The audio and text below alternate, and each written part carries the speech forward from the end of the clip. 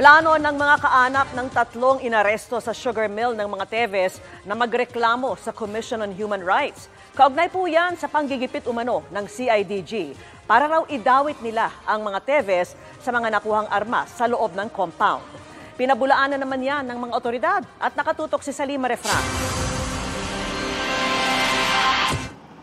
Ginigipit na raw habang nasa kamay ng CIDG ang tatlong naaresto sa raid sa sugar mill ng mga Teves sa Santa Catalina, Negros Oriental.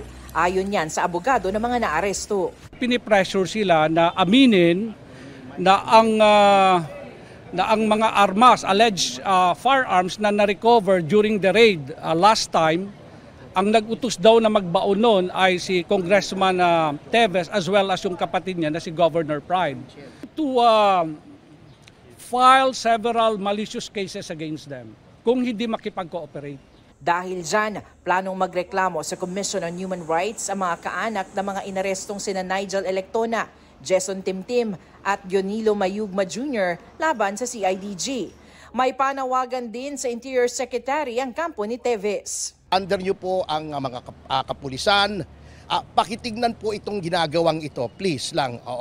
Because justice has to be administered with an even hand and a fair eye to all concerned. Ayon naman sa PNP, tinatanggi ng CIDG ang alegasyon ng tatlong arestado. Sasagutin raw ang mga ito sa tamang foro.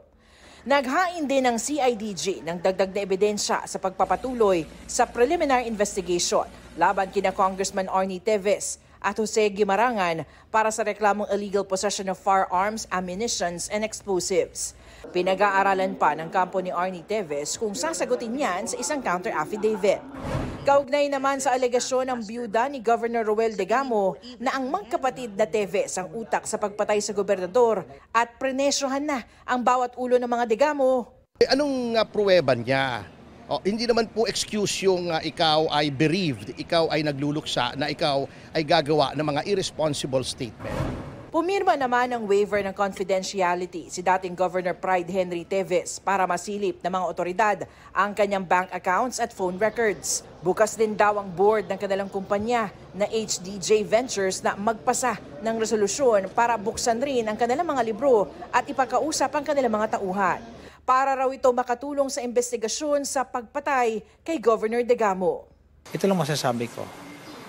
I can look anyone of their family straight in the eye. My conscience is clear. I have nothing to hide. That's why I'm opening everything up. Para sa GMA Integrated News, Salima Refran, nakatutok 24 oras.